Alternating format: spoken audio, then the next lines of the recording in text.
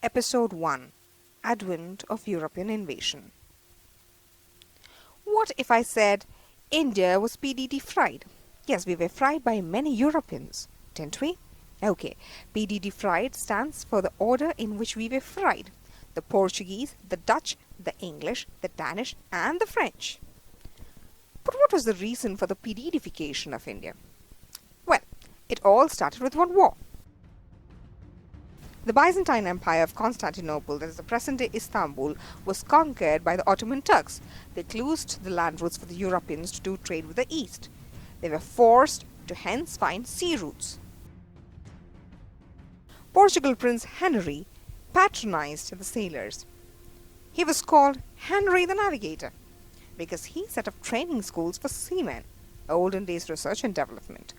So in 1487, Bartholomew Dias, I repeat the name, Bartholomew Dias was barred by sea storms from reaching Indian coast. He reached the southernmost tip of Africa and returned home. But as the voyage gave them hope, they named the southernmost tip of Africa Cape of Good Hope, hence the name. 11 years later, in 1498, Vasco da Gama enters India through Kozhikode or Calicut and was well received by the Kerala Zamorine or the Samodiri. Remember the Urmi movie? Samudri was, of course, they were the Hindu rulers. The naval chiefs at that time were Kunyali Marakkars, who were Islam believers. You're right, the Mohanlal's upcoming movie is based on Kunyali Marakkars, so never forget Vasco da Gama got to India through Kozhikode. Okay, he went back and made a second trip in 1502. Next came, in 1500, Pedro Alvarez Cabral and set up factories in 3K towns. When I mean 3K towns, it is Kannur, Kochi and Kozhikode. And when I say factories, it does not mean the smoking factories. It means settlements for his own people.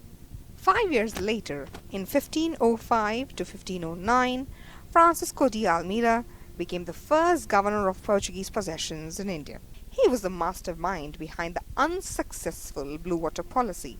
I say unsuccessful because he wanted the Portuguese to be the masters of Indian Ocean, which never happened. For the next 6 years, from 1509 to 1515, Alfonso de Albuquerque became the real establisher of Portugal power in India. He built up quite a friendly relationship with Vijayanagara Empire, and he was in war with the Bijapur. So friends with Vijayanagara Empire and enemies with Bijapur. Captured Goa from Bijapur in 1510 and made Portugal headquarters. But he never forgot the route he came through, so he built a fort in Kozhikode. To the east, he also captured Malacca in Malaysia, and to the Persian side, he also captured Port of Ormuz. Did you know he was a precursor to William Bentinck? Because he wanted to abolish sati. He even set up schools and believed to strengthen relationships, marriage with Indians was important. He did treat the Hindus well.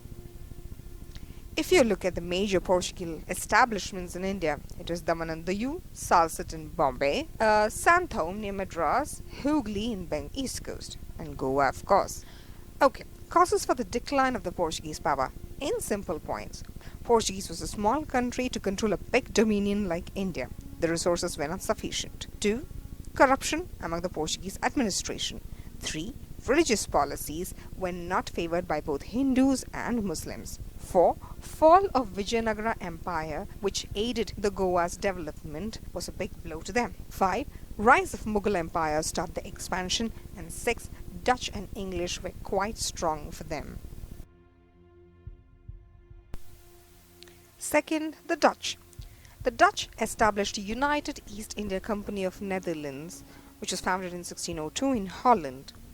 They never came to India first, they actually captured the Indonesian islands. They came to India and established a factory in Masulipatanam in 1605 and built their first fort in Pulicat, that is near Madras. Then they captured Nagapattinam from Portuguese, and they also made their settlements in Agra, Surat, Masulipatanam, Kazimbar and Chinsura, which both the cities in West Bengal. Pulicat became their main center initially, and because Nagapattinam was captured, they made it their headquarters later on. But it is to be remembered that from the beginning to the end, the position of Dutch has been quite insignificant in India. Causes for their decline. Rivalry of the Dutch with the English in the Indonesian side, where the Dutch initiated a massacre of the English at the Amboina Islands in Indonesia in 1623, which killed quite many. After this, the English were forced to leave the Spice Islands, that's Indonesia, and they came to India. Finally, Dutch had to leave India and go settle in Indonesia. The face of India was going to witness a permanent change on the eve of New Year of 1601. The English. On December 31st, 1600, a group of 100 merchants met Queen Elizabeth and got permission to do trade with the East and formed the East India Company, or the English East India Company. In 1609, Sir William Hawking is denied permission by Jahangir to set up a factory. In 1613, Jahangir gives him permission to set up a factory in Surat. In 1615, Sir Thomas Roe is also given permission by Jahangir to set up factories in Agra, Surat, Ahmedabad and Bharuch, which he establishes by 1619. Now, coming to the story of formation of the three big cities which became the centers of British rule: Madras, Bombay and Calcutta. In 1639, a merchant named Francis Day buys some land from Chennapanai, and that is the site of Madras, and he forms the city of Madras and he builds Fort St. George. He also builds a factory in Hooghly in 1651. In 1661, Bombay is being established by East India Company, which is leased out to them by Charles II, who inherits the property from his father, King Charles. King Charles gets married to the Portugal princess, who gets Bombay in the form of dowry. In 1690, Aurangzeb grants permission to construct a factory in Kolkata. The city of Kolkata is being established by Job Sharnock by combining three villages, that is Sutanati, Gobindpur and Kalikata, which later becomes Calcutta and today Kolkata. And Fort William is being constructed by Job Sharnock in 1696. So 1639 Madras, 1661 Bombay, 1690 Kolkata. Then comes the Danish, or the Danes. They established themselves in Tarangambadi near Chennai, or Tranquebar. In 1620, they also settle in near Bengal in Serampur and make it their headquarters. But later, because of increasing English presence, they do not wage war with the English, but rather sell all their settlements, maybe probably in quite a good profit, and leave India by 1845. So they enter in 1620 and leave India in 1845. Now the French. The French established the French East India Company in 1664 under the leadership of Colbert. We have to remember that the French East India Company was a complete government enterprise, unlike English East India Company, which is a private company. In 1667, French factory was set up in Surat by Francis Caron. Also, other factories in 1669 at Masulipatanam. Francis Martin was the one who found settlements in Puducherry in 1674. He got it as a grant from Sher Shah Lodi from Bijapur, and he made Pondicherry the French headquarters. And Francis Martin became the first governor of Pondicherry, or the French possessions in India.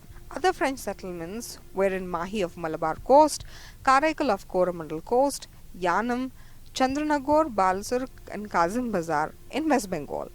The man named Joseph Franco Dupleix was a very able statesman, but he concentrated more on expanding territorial powers rather than commercial powers in India, which causes for French failure. French East India Company was a government company and relied on the French government for every single decision they made, which delayed their actions, unlike the English East India Company, which is a private company. So self-reliant, non-self-reliance, if I should say. 2. Naval supremacy of the English. 3. English had 3 important places in India: Madras, Bombay and Calcutta. French entered through the wrong quarter, so it could not be very productive, unlike the English. 4.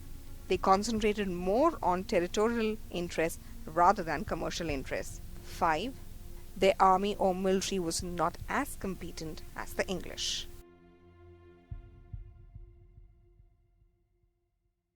This is a very summary of advent of European invasions in India. Thank you for listening to today's episode.